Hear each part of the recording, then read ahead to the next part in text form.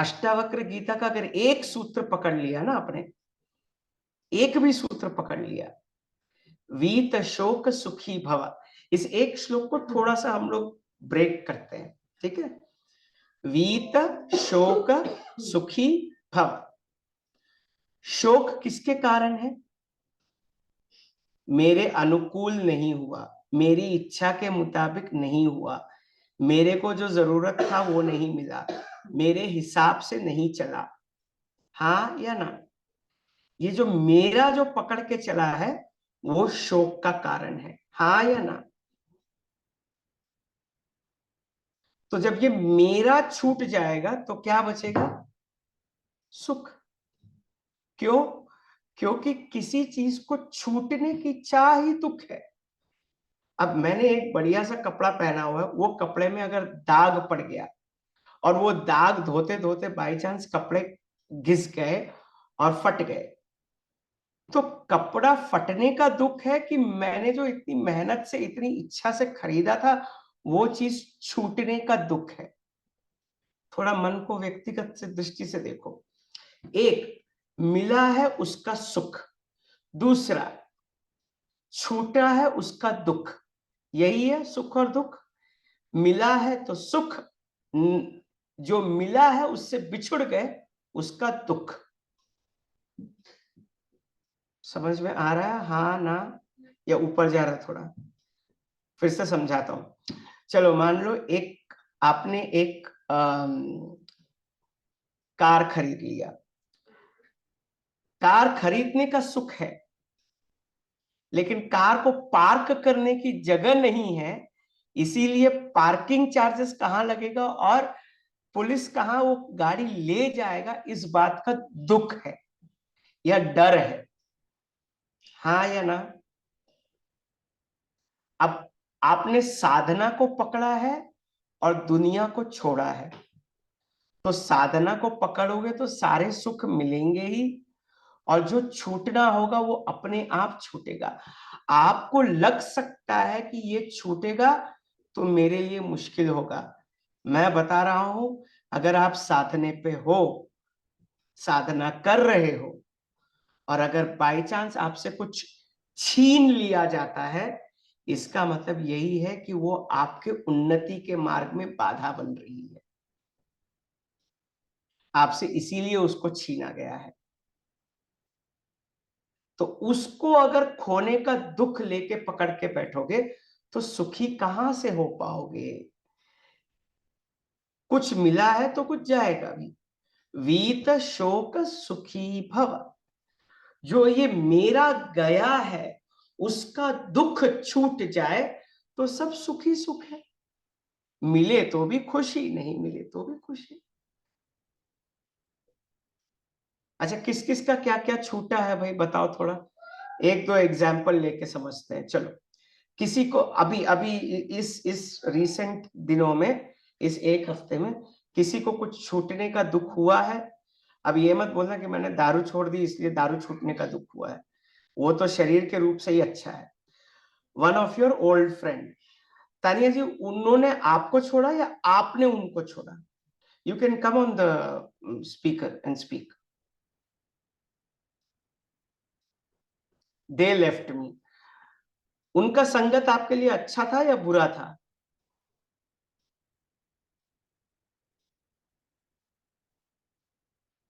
अगर संगत बुरा था तो अच्छा है छोड़ के गए, और अगर अच्छे थे तो कर्म बंध खत्म हुआ, वहां पर ऋणानुबंध खत्म हुआ। हाँ देखो, आपको ये तक नहीं पता कि आपके दोस्त लोग आपको छोड़ के क्यों गए, तो क्या आप इस बात को पकड़ के खुश रह सकते हो कि वो लोग गए तो एक ऑब्लिगेशन छूटा, एक ऋण छूटा? आपको एक छोटा सा स्टोरी बताता हूँ। शिवजी और माता पार्वती एक बार एक भक्त के घर गए, ठीक है। एक बार एक भक्त के घर गए, और उस भक्त के घर में क्या हुआ कि वहां पर एक गाय थी। परमात्मा को कुछ देने को था नहीं, तो चौकी बिछाई, चौकी पे एक छोटा सा कपड़ा डाला। अतिथियों का स्वागत तो हमारे परंपरा में है ही। तो दूध दोहने गया, और दूध दो के फ्रेश दूध माता पार्वती और शिव जी को प्रसाद किया।